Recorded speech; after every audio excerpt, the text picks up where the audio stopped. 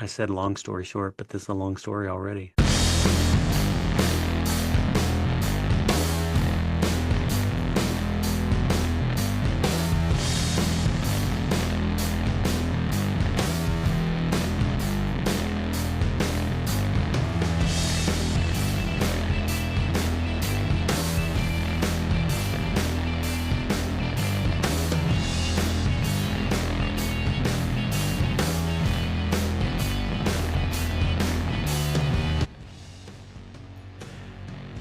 Hi, everybody, and welcome to another episode of Get Behind Me, Jesus. I am your host, Joe Cash, and this is a segment I think I'm going to call Theology High Five.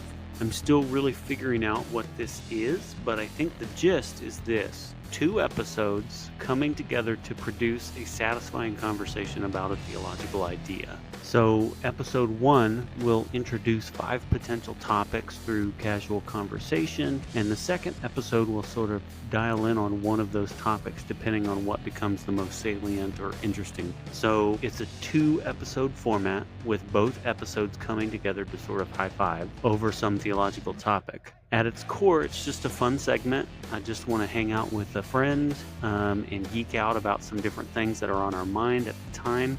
I'm hoping to start seminary classes, so some of those topics will be related to what I'm learning at the time. Some of those topics will just be pop culture or current events, and some might just be bits that I've been thinking about. Anyway, this episode is Jeremy Weiss. You'll learn a little bit about his background as you listen in.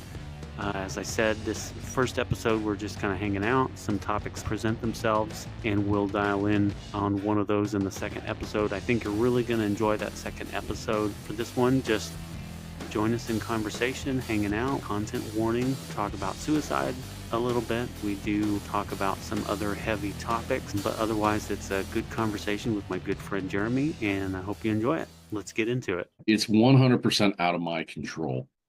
And so there's really no sense in me worrying or stressing about it. Whatever's going to happen is going to happen. Yeah, I get that. I think the percentages are different, but for the things that I can't control, you're absolutely right. I can only control my reaction to it. So Exactly. that's what I try to do. Frankly, though, Mondays are pretty rough for me anyway. So I can't remember if I've talked to the guys about my diagnosis, but I'm not my diagnosis. It's helpful in understanding some things, how my brain works and things that I need to be aware of. So, and especially I talked with my therapist about diagnoses and that part of the industry, and nothing is really perfected yet. Nobody can say for certain. There's not genetic realities that are tied to these diagnoses, not all of them at least. And so it's kind of like the Wild West. There's a lot of comorbidity with ADHD and bipolar and things like that.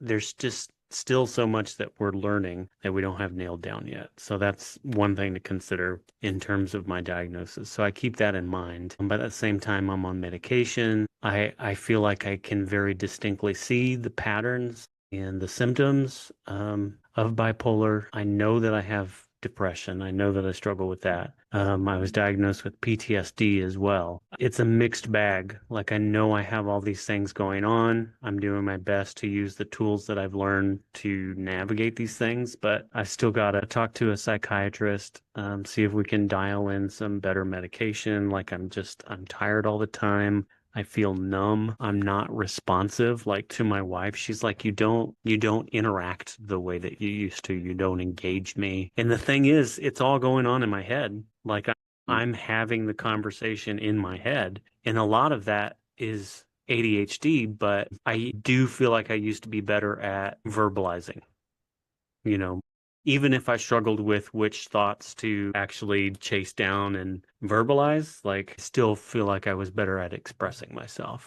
Not so much anymore. So it's been a struggle. So on top of all of that is the anxiety and the depression. Mondays are hard for me. It's sort of a cycle. Mondays are really tough for me. So I try not to make big decisions on Monday. I try not to Uber too much on Monday because, frankly, like, being in the car and dealing with suicidal thoughts is not a good combination. So try not to drive on Mondays. But yeah, it was a rough couple of weeks, like getting reacclimated to or acclimated to working so much. So, but I feel like I've kind of settled in. I've got a rhythm.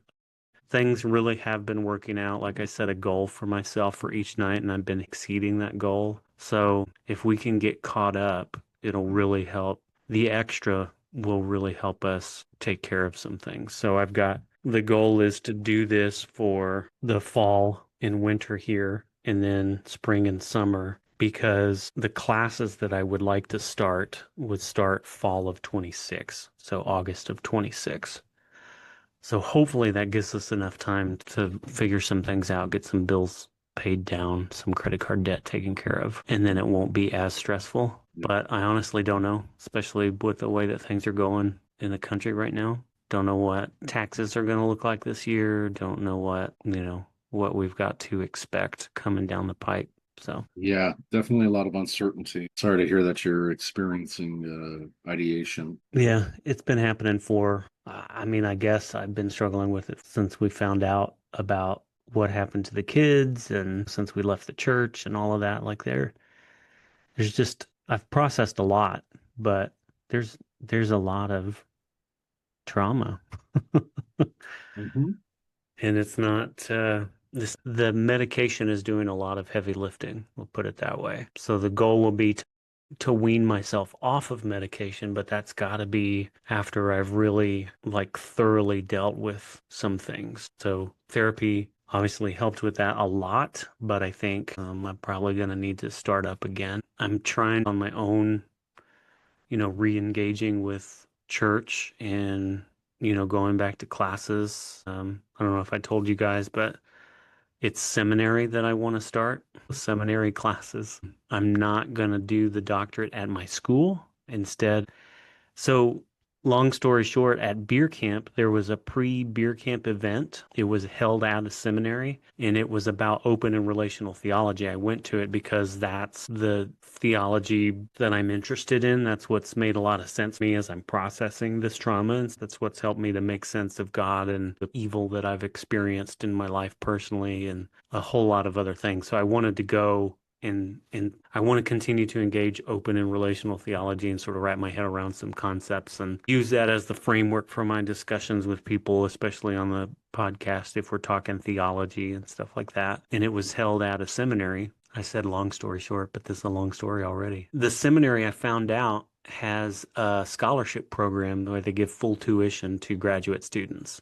And so one of the degrees looked appealing, and if I can do that for free, then I will totally get a second master's, and this time it would be in theology. It would be a seminary degree, and so there'd be a little more legitimacy to that than I think my other master's degree offers me. And my plan would be to use that as a stepping stone to work to my doctorate. I'd like to work with a guy named Tom Ord. Dr. Ord he's partnered with a seminary and he's offering doctorate work. And we've talked several times. He keeps trying to convince me to get started with him, and I want to. It's a financial burden right now. So Sure. the free tuition is a bonus, plus it's theology, so that sort of gets me prepped and ready to go for a more serious theological degree, like a doctorate. So that's the plan. I'm gonna bust my butt and try to get as much paid off and get as much taken care of as I can until classes start in August of 26. It's like a good plan. And then I'll be studying theology full time again. Nice. And is the end goal ordination? No, I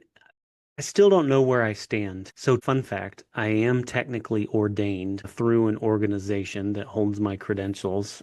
So I could do things like weddings and funerals, and I could also be like a hospital chaplain if I took classes for that. So there are possibilities for full-time ministry, but I don't know that I'm interested in that per se, at least not in the traditional sense. I'm open to like teaching if I got into a position where my work was valuable to somebody other than myself and they, asked me to come and teach or something like that, then I'd be open to that. But mostly I want to be able to articulate these concepts in a practical way and help people like me who are going through some kind of deconstruction or who are just spiritually curious and who looking for the framework and the vocabulary to navigate their spiritual experiences. I think open and relational theology can offer a lot to people, whether they're Christian or not. So yeah, I would just want to, the main goal is to just try to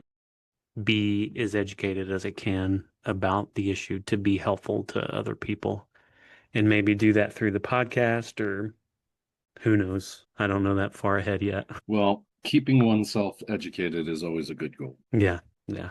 So if nothing else, so this will help frame the conversations and help me to engage and be able to speak intelligently about what it is that I believe or what my experiences have helped me to discover about the divine and stuff like that. How did you get, so you grew up Jewish, you were Mhm. practicing. When did that stop and how did you get interested in like Taoist philosophy and So for me, what's your spiritual journey? so I let's see how to put this. So my parents were there's essentially three levels of Judaism, right?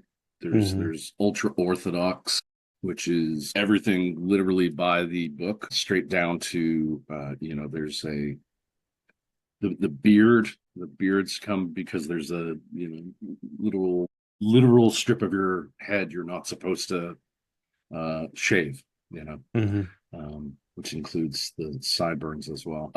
And that's sort of where my grandfather was, my mom's dad, right? Like they taped down the light switches on the Sabbath. They took their food to the baker to keep warm, just like in the old country. And I think my mom, that was too much for her. And she veered way the opposite direction. And my dad, he was bar mitzvahed, but he my dad very much embraced his religion, but was not religious, if that makes sense. I think so. It was very important to him that he was Jewish, and it was very important that we Right. observe high holidays and things like that. But that was about the extent of it. So there was like an affinity and like a preciousness about it, but not something that caused him to dive deep and maybe think about those things or Yeah, the more I come to understand my dad, he was not a deep diver on just about anything that I'm aware of. And that's something that I sort of struggled with a little bit relationally with him because I always felt like it was a cop out, like, oh, I'm not good at that. That's not my forte. Well, that's okay. It doesn't right. have to be your forte, but you can be functional at, things like fixing a small thing around the house. He just was never interested in trying to learn. And I think that right there was the crux of it, as we just were discussing. Continuing education is one of the greatest things, right? I mean, just constantly feeding your brain. And I don't feel like he ever did that. Hmm. I'll give you an example. I wrote a paper for a history class. No, let me digress. I don't care about that. Let's just get back onto task. For me, I grew up. I went to Hebrew school. I always knew that the end goal was being bar mitzvah. And I had my bar mitzvah. I went the additional year, and my folks at that point told my brother and I it was up to us, what our religious life was going to be at that point. Hmm. Um, and both of us were like, okay, well, that means we don't have to go to temple. Right. um, and that for me was the thing. As much as I do enjoy going to temple, right? It's in Judaism, you typically have the rabbi and the cantor, lots of singing of Hmm. prayers. But I also have an issue with organized religion because invariably it sort of becomes about power, even within societal structures. There's the non ministry religious leaders. There's always the person that wants to be the most religious or holier than thou or more involved than you, and it becomes less about the religion and more about the showmanship.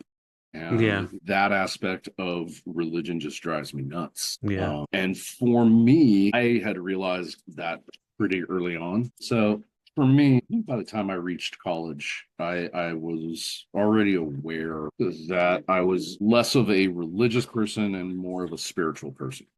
Hmm. Probably a phrase that you hear quite often. I'm more spiritual than religious. But in my case, it's true. I went to college in a rural area, lots of nature around, and Mhm. canyons and things like where you could literally sit dangling your legs over the small canyon there to looking down at the river. And that to me, I felt closer to God out in nature in silence, except for the natural sounds than Mhm. I ever did sitting in a man-made building. You know Yeah. what I mean? Yeah. And it's not that I don't know how better to state it. It's just if you hear about filled with the spirit, or truly feeling at one with whatever the higher power is, that's nature for me. That's where I revel. I look at nature and I think, wow, there's something much bigger going on here. Yeah. And that goes all the way through all the sciences, looking at the universe, etc., wondering at it. Yeah, there's a deep draw to be connected to that, whatever that is, the sense of the divine. There's a lure, as different theologians have said, um, that's how God functions. There's just sort of a innate attractiveness, a desire to be connected. The other piece of that, in terms of like religion, would be the social connection, um, the people dynamic. How do you feel about religion in terms of like connecting people? I don't think about it all that much. I'll be perfectly honest. I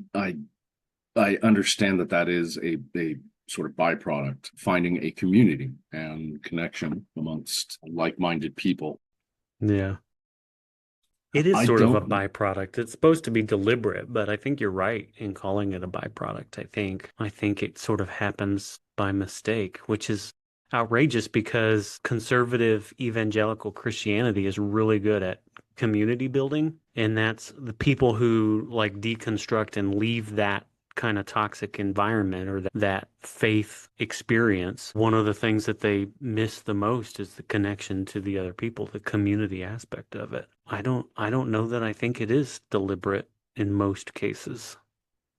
So that's sorry to No, interrupt. That's a tangent, but it's an interesting thought. nothing to apologize for. For me, I don't know that was always as important. And one of the things that I think has been fundamentally important for me wrapping my head around my life lately is the understanding that my life has always operated from the perspective of a survivor. Like there's no other mode for me. Mm. I've never learned how to shift into a different mode. And that's for various different reasons. And I acknowledge it holds me back in certain ways, but at the same time, it's worked. It's gotten me Right. where I am.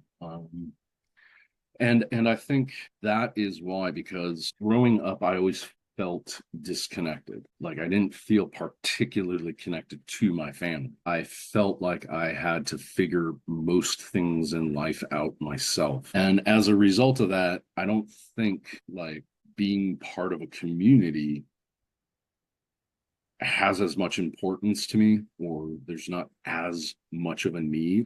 It's kind of perverse, but there's a Momus song that I love, and it, in a certain sense, really, really does encapsulate sort of my feelings. If you care to look it up, it's called "I Want You." And the lyrics are pretty straightforward. He does use a swear word in there. It says fuck. The basis of the song is this: I want you, and I want you to want me to want you, but I don't need you to want me to want you. And I don't need you to need me. If you need me to need you, that's gonna fuck everything up.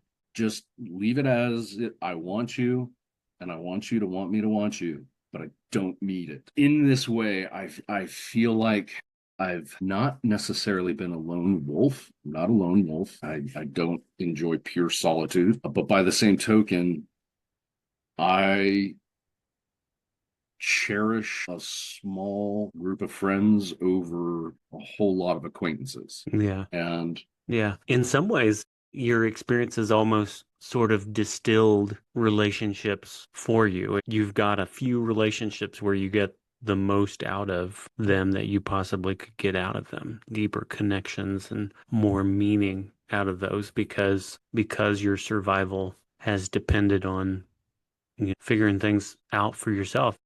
To some degree, you figured out that you are a relational being and that you want to be in relationship, but to handle that yourself rather than let it happen to you, I think results in, like you said, a smaller group of core friends. Yeah. That's cool. And it's not to say that I'm against new opportunities. I mean, after all, I joined Seven Song Salon. It was slightly missold to me, but it's all worked out for the best. How was it sold to you?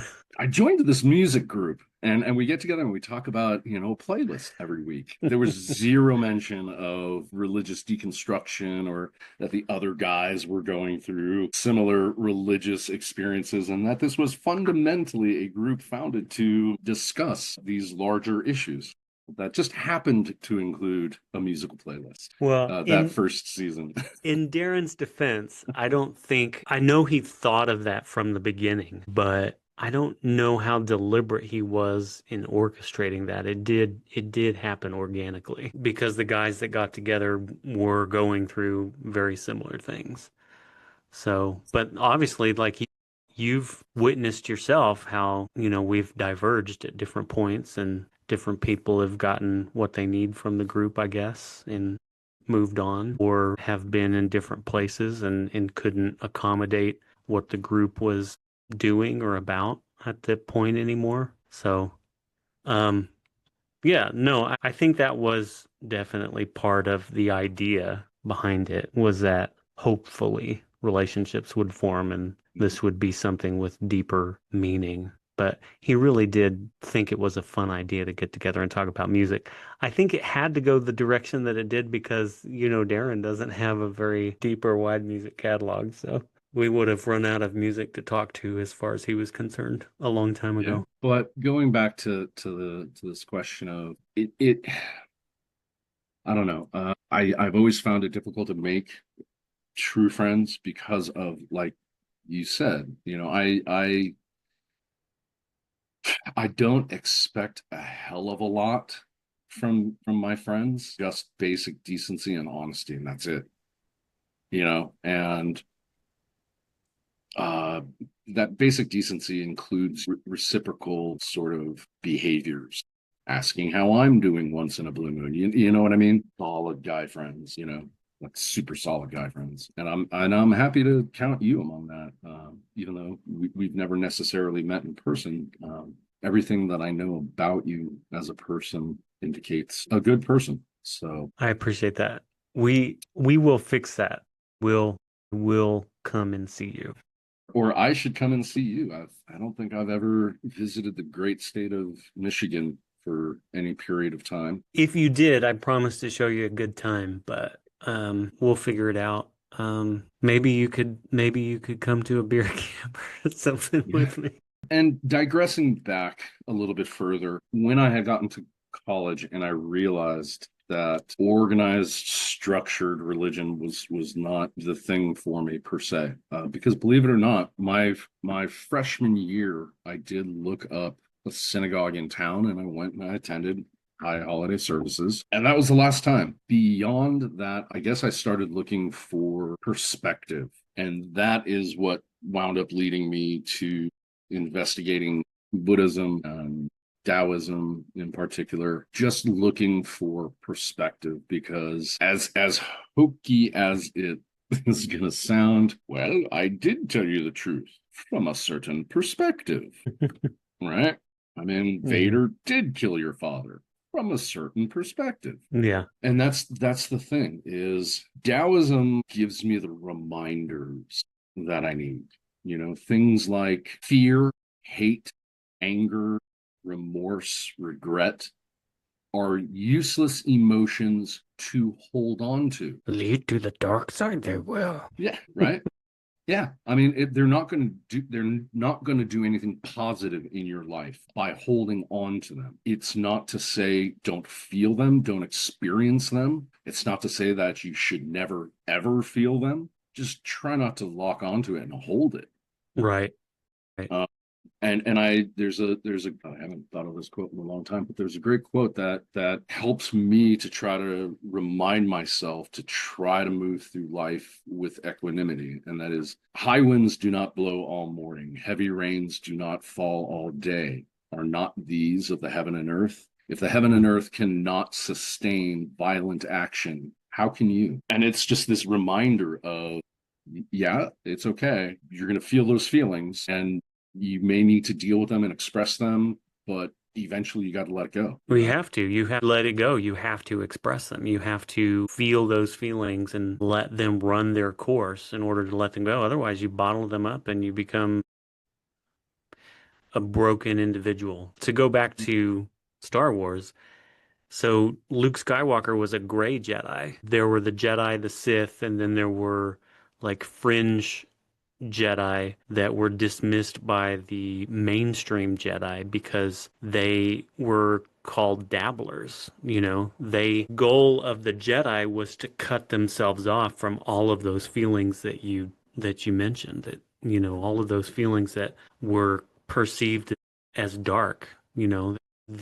Their goal was to exist solely within the light. And the Yeah. great Jedi recognized that to feel those feelings and to let them pass through you was not giving in to the dark side, but was finding a balance that is necessary to be a whole person. And so that's what Luke realized and never finished his training with Yoda, because that training would have led down a different path. And the balance that Luke and his family brought to the Force was this acknowledgement of both the dark and the light, like interacting in a way that needed to be dealt with, that you couldn't neatly closet off, one from the other, that you had to deal with, chaos in its truest form. So I love that about Luke. That is, so I have 7 tattoos. Two of them have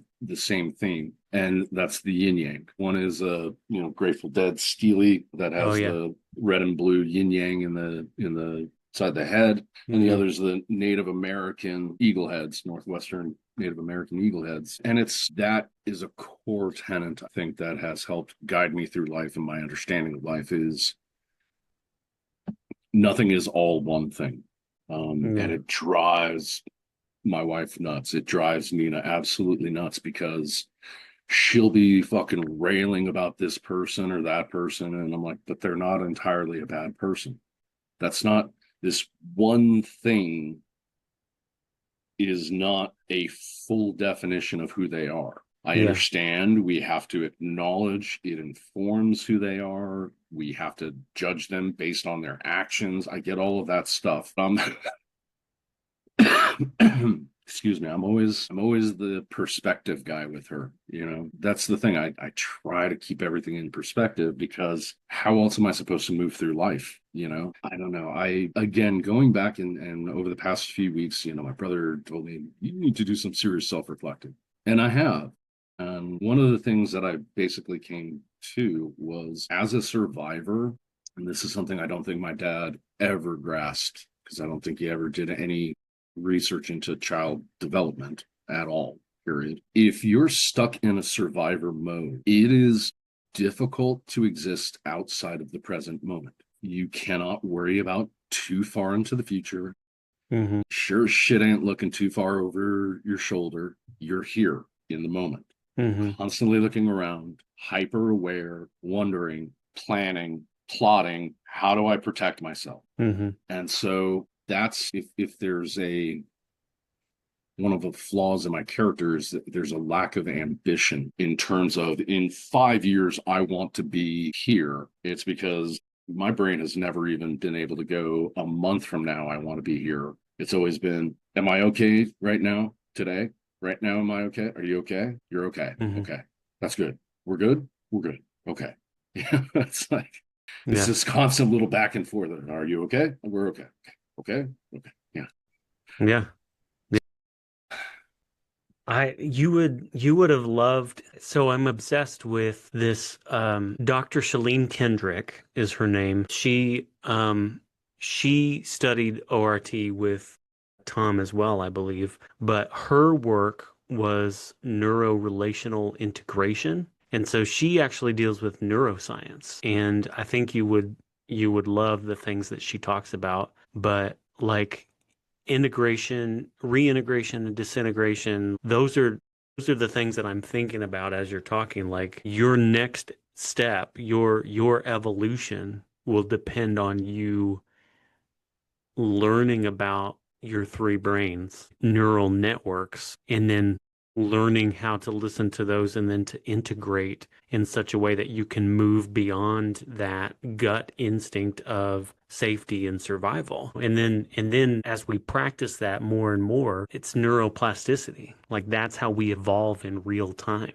Is Yeah. as we learn how to pay attention to those things in our body and harness that dynamic interaction between those three systems and learn how to reintegrate on the spot. But I'll send you some of her stuff. It's very interesting. And Really it has appreciate the that. it has the benefit of being backed by neuroscience too. So you can look at these things, you can look at peer-reviewed studies and read about people who study this and can prove that this is what's going on in our bodies and that this is what works. Yeah. This obviously got applications for psychology and for medicine and things like that. Knowing what's going on in our body and then figuring out how to recognize and work within that system. I feel like it's akin to like an HRIS system. And Yeah. here's what I mean by it. Here's what I mean by it. Right? With an HRIS system, you can put in the bare minimum or you can put in the maximum. You put the bare minimum in, you're going to wind up working for the system. You put hmm the maximum in, the system's going to be working for you. hmm And so what I mean is if we're willing to put that work in, it sounds like you'll be able to reintegrate, like you said, like understand how these different parts are working and recognize and then be able to react appropriately or modulate your thinking, your behavior, whatever the case may be.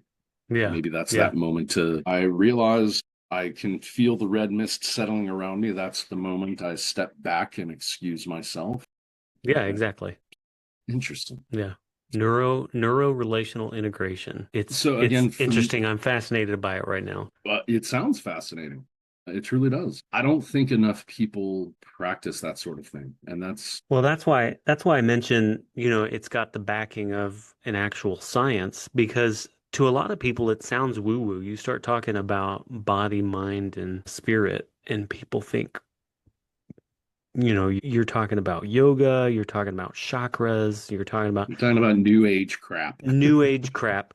But here's the thing, that new age crap is is derived from Eastern wisdom and indigenous wisdom. And that's Mhm. what freaks people out because Yep. we're coming from a Western perspective where we've quote unquote got things figured out. It's all black and white, it's explainable, it's systematized, and we don't need the mysticism of Eastern religions that talk about, connectedness of those things and, things that we can't see, control. And it's ironic, isn't it? If you think about, I'm going to make a blanket statement here, a generalization, and I realize it's going to backfire in my face the second it leaves my mouth. But if you look on the whole, I would make the argument that Eastern cultures are on the whole healthier than Western cultures by virtue of their understanding of the unity of those different aspects. hmm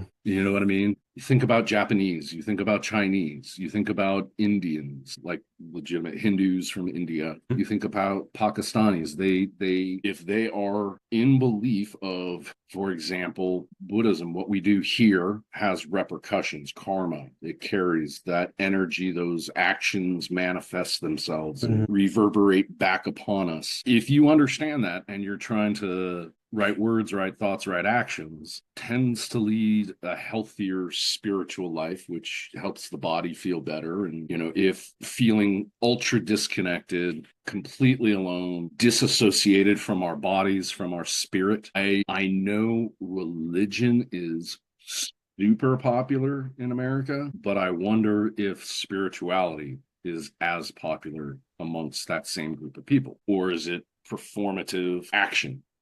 I worry about, and it doesn't matter the religion. I'm not singling Christians out by any means, but I wonder for how many people is it purely performative, that they don't actually feel the spirituality. Yeah. Just know this is what I'm supposed to do. And if I go through the motions, it's going to secure my place at the end of my life. But I'm not really sure if it's true or not. I don't know if I feel it or not. Does that make sense? Yeah. And I feel like some of the crap that we're seeing in particularly American society comes from this disassociation between those three brains you were talking about, right? Because if there is no spirituality, what's guiding you? No, this is not to say, again, this is not to say big scary man in the sky spirituality. That's what's keeping me in line. Just the spirituality. We're all connected. We're all one. Therefore, why am I going to hurt you? Because that's in essence hurting myself. Right. Yeah. And see, these are the core ideas behind the indigenous spirituality that Jesus practiced and taught, but that have become unrecognizable because of the institutionalization of Christianity. This religion about a man instead of a religion that follows and teaches what the man taught. So that, I mean, I'm with you with being suspicious of organized religion to a degree. Like, there's so much that we have to recognize goes into. I was just listening to, you don't know this name, but Trip Fuller is the guy who organizes the theology beer camp. So his network is called Homebrewed Christianity. And he's a pastor and public theologian, but his most recent episode was he and some other theologians talking about, among other things, but they started off the conversation talking about the origin of religion and how it was pre-verbal. The concept of religion was this organization into social structures beyond our familiar relationships. There's a biological incentive to cooperate with our family members because that's the unit that sort of guarantees our survival to a degree. But then beyond our family unit, when we started socializing with other people, when we started organizing with other people, even before language, that's religion. This idea that beyond our immediate needs, there is a connectivity there that has to be recognized and pursued. But then we lost that because then it became more about right ideas than it did about the connectivity with the other people. And that's because language developed and language became this litmus test for, what do you believe? Do you believe the right things? Do you know the right things? And then therefore are you going to be part of my group? And that's where everything starts falling apart. Right. Because as we proved with the very first playlist that I was involved with, one word means something different to everybody else. We can all agree on a general definition, but other people have a more detailed definition. Other people have a very distinct grasp on this concept. Remember, words are concepts. They're entire string of thoughts condensed to a few syllables, right? That's where the arguments start occurring when you start trying to put religion into language. You know what I mean? It'd be all great if it was only like, we're just, oh, I feel great exaltation. And, no. Now you got to try to, how do you achieve that feeling? Now you got to put it into words. Well, what do you mean by this word? What do you mean kindness? Is that straight up, actions? Is it just saying nice things to people? What do you mean by kindness? Practice kindness. You know what I mean? All these things, that's where it starts going cattywampus, is everybody has a different understanding of the exact same words. And it's like, goddamn language. And yes, I did say goddamn language because it is damning, but at the same time, man, language is so. Yeah, I agree. So I guess ultimately the Taoism and the Buddhism, Eastern philosophy, was just looking for ways to help myself from going crazy, trying to understand things. Hmm. You know what I mean? And again, once again, perspective, going back to things like understanding. There's only so much in life that you can change, and you can't expect any things to be anything other than they are, type thing, right? The carving a giant boulder into a seat and we call it a chair, but then it's still a stone. It's just a stone carved into a chair. We didn't actually change the stone. We changed the form of the stone, right? And that to me is useful in like understanding people, right? Hmm. Your good friend, you keep hoping that they're gonna, stop fill in the blank, but they're not going to unless they get there themselves, right? That's it's like that's understanding that we cannot change something else. We might be able to try to help the stone truly realize it's a stone. I don't know. It's perspective. Keep coming back to that. It's perspective. I guess for me, spirituality is about helping get through my day in a way that doesn't make me insane. I don't know that that's the best of definitions, but by that I mean seeing all the little beautiful things in the world, the kindnesses between people, witnessing that and being alert to observe it. That restores my faith in humanity, keeps me from thinking that what I'm seeing on the news is the whole of reality. Right.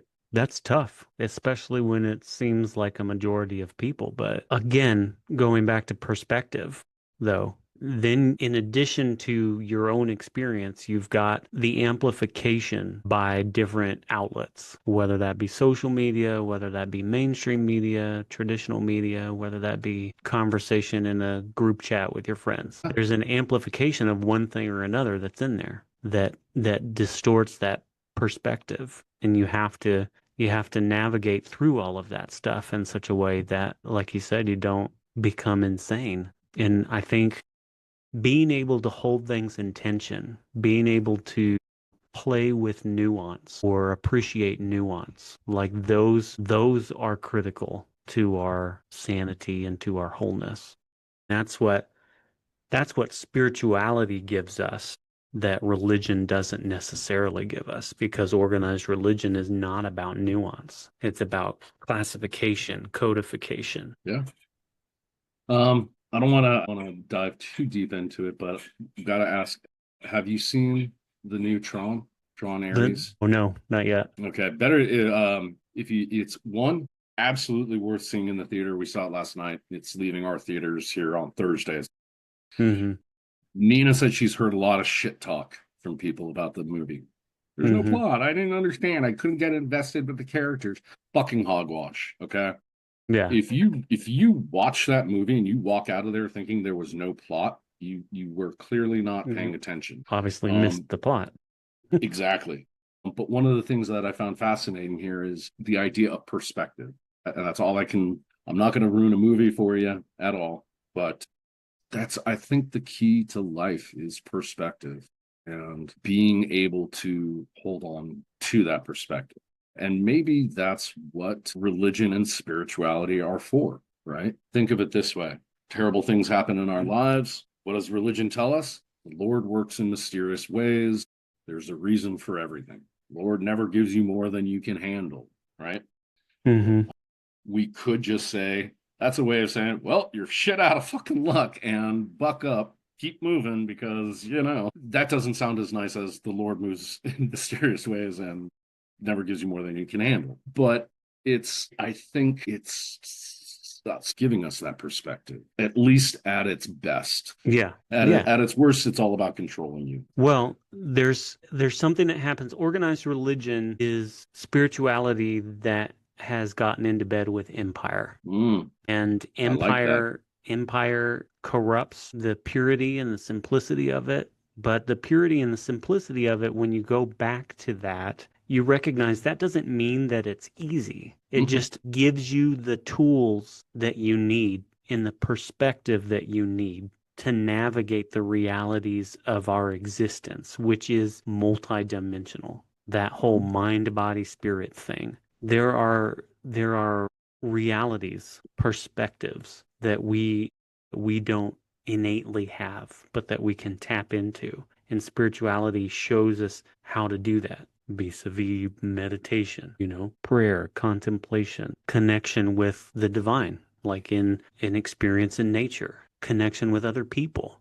And there's a spectrum of those connections too. And the deepness and the intensity of them, like these are things that we have the capacity to experience, not only the capacity to experience, but we need to experience these things to be whole. And so Um, spirituality is it hits differently when you think about what what it means to be a meaning-making person and to be a whole person.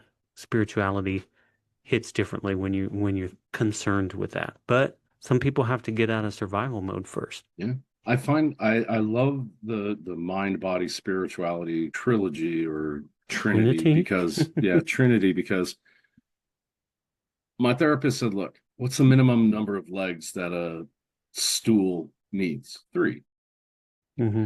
And your mental health is basically that. You have a therapist or you have therapy, you have meds, and you have a support group. Without those three, you're not getting really healthy. But again, if we go back to our discussion about what's happening in America and why is it happening in America, and for the vast majority of people part of a certain movement, they are strongly aligned with the Christian right. But again, is that religion or spirituality? And if there's no spirituality there, that puts the mind body spirit out of whack, which is why we're just caught between mind and body. Those two are always going to be looking out for themselves. I Hmm. mean, just plain and simple. I need to eat to survive. I need to provide for my family. I.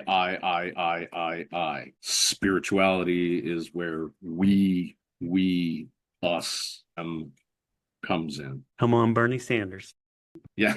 Well, I mean, look, Not me, but us. yeah, yeah, but it's true. It Uh, is. It is. And that's what's going to save us in America is a recognition that our neighbors are people. Like first and foremost, a recognition that our neighbors are people, that our enemies are people, and yeah. that what makes them a neighbor or an enemy is purely our perspective, our Mhm. choice, our decisions to cast them in a light that is positive or negative. And when we recognize that our welfare, that our well-being and that our meaning making, that our reconciliation depends on those other people, like then we can move forward instead of dehumanizing and delegitimizing everybody that we come across because they think differently or they have different needs or their experience is different than ours. It's so weird. It's such a weird way to live, It is. It to really make is. enemies out of people who, I mean, we're all You different. don't even We're know. all different from each other. Yeah. You and I, So, we're both white men, but we're totally different. yeah. I mean, okay, the Venn diagram, there's a lot of overlap about what's common about us, but I just keep, if you don't value education, you cannot understand that there's like 0.0001% of DNA that separates all humans on the planet, right? Like it's an infinitesimally small amount of our DNA that makes us different from each other. But for the most part, we're all the same.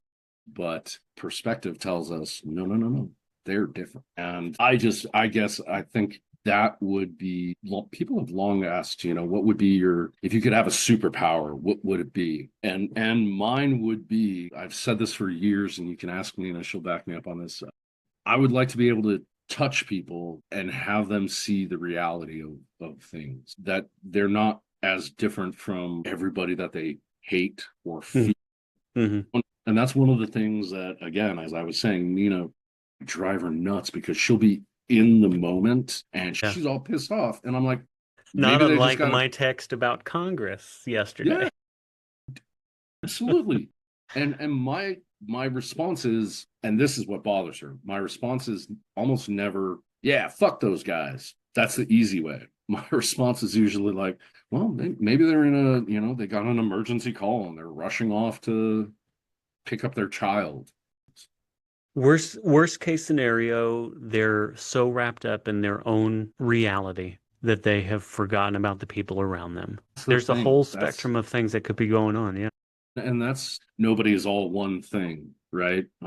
Just because I have witnessed you at perhaps one of your worst moments on your worst day, and that's my only interaction with you ever, I don't want to assume that that is you as a whole. I try to give the grace of maybe this is the worst moment of the worst day.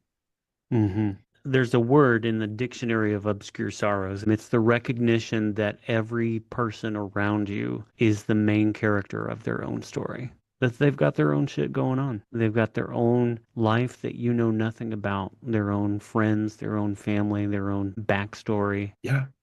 I was sitting in the Las Vegas airport waiting for my airplane the other day, and I literally had that. The recognition that I'm a background character. I'm just scenery. I'm background scenery in all these people's movies. hmm Yeah, yeah.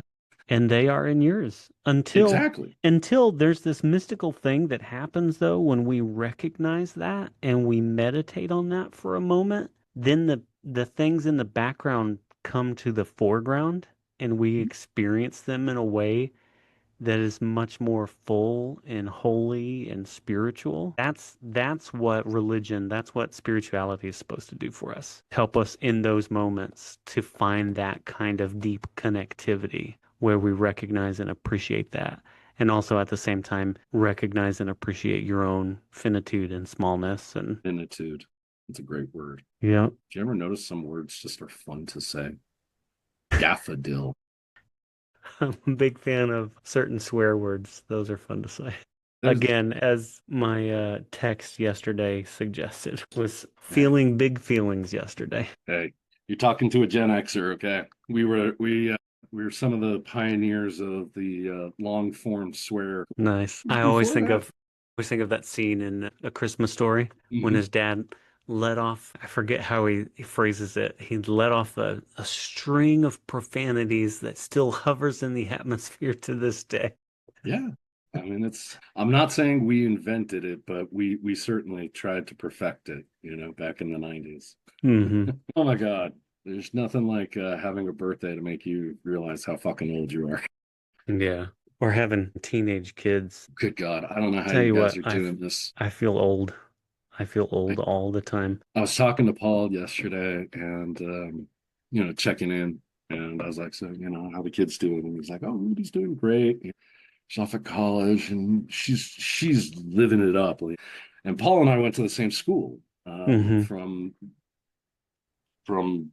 freshman year through graduations, and we experienced it all at the same time. And so we were having this laugh about, oh yeah, she's all into it, she's in cheerleading and she does this and she goes parties with her friends and she's doing well at all the classes and all these things and she's living the life. And I'm like, wow, you have a child that I can remember being her age, and I remember those exact few weeks after school started. First time I'm away from my parents. It's a bizarre thing to be able to go like, dude, that Yeah. little baby that I once met is now in college. I don't know how parents cope with this. Yeah. Yeah. And the last, I won't call it advice, but the last comment that I got from an older parent was think it gets easier as they get older, but it doesn't, it gets harder. It was like awesome. Thank thank you for that. From an outside perspective, and this goes back to a reel I saw from a Gen X mom, hmm and she said, look, parents, you are not entitled to a relationship with your child after they turn 18. Right. You are not entitled to any of that. You have to earn that. hmm And so, for the parent for whom it is getting more difficult as they start hitting teenager years and getting older, I would say that's more indicative of you do not have quite the relationship that you wish you had. Because if I think, and this is again a non parent, but from an outside perspective, if you are doing the right things as a parent, teaching your children good values, modeling good behavior, right, and modeling love, they're going to fucking love you. They're going to want to get to know you as they get older, right? Remember, for I think almost every kid, your parents are this unknown quantity. They're just Hmm. they're the source of discipline and rules, and they tell me what I have to do, and I have to beg them for this or that.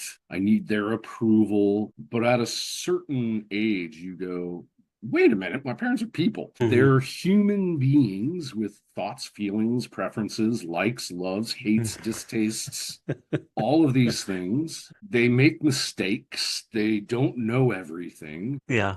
I think my And youngest has figured that out already. yeah, really. Yeah. Because sometimes I think they recognize our humanity a little too quickly because they're like, you have no power here. Oh, okay. Do you What are know what I you gonna mean? do to me? Yeah, right, right. And that's the thing. I think as that relationship is definitely a sacred one, but it can only work if there's like true respect, I think, from the parent to the child first. Yeah. It must flow that direction first Yeah. because you have to model it, right? They have to understand what it is before they can give it back to you. But if you're going about it in the right way, hopefully the child's not, psychopath or sociopath, and they receive the love and they understand and they start modeling it back the same way. At that point, you get to know each other. Hmm. And not to sort of circle it back or anything, but that was a big thing between my dad and I. Was like I wanted to get to know my dad, who he was, what his thoughts were, what was it like when you were growing up, what music did you really like, how did you get into that music, why did Hmm. you like that? And he never wanted to know anything of that about me. Yeah. And so that was a little bit of, I feel like he didn't quite earn the relationship that he demanded. Hmm. So that's where our problem. Yeah. All I wish to say is I think you and Candace are definitely doing it right. Your kids may realize you have no power. They may be catching on, but I think you two are definitely doing it right. No, I appreciate that. We're definitely learning a lot and we have to navigate a lot too. I mean, like that's the thing.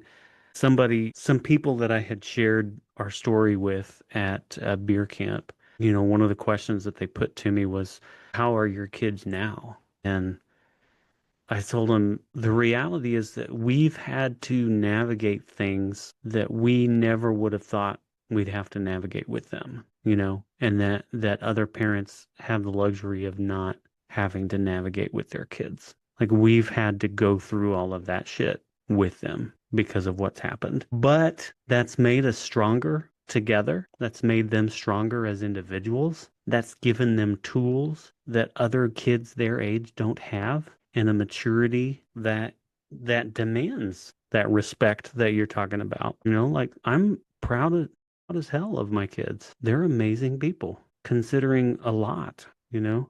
I mean, it's amazing, period, to have the privilege of nurturing this human being, that is fully their own person. And trust me, like we knew that early on with our kids, especially our youngest, like fully their own person, their own ideas, their own will, their own, path. And it's been an adventure. I've enjoyed it. I wish it sucks that I have to be away from home so much right now because with them in school, we're already separated so much that I hate to be away from them longer, but they're really cool people. I like my kids. That Yeah. is great. All right, bud. I got to get some food going here. Sounds good. We had fajitas, so Oh, may that your sounds dinner good. be just as delicious as mine was. Hey, great conversation.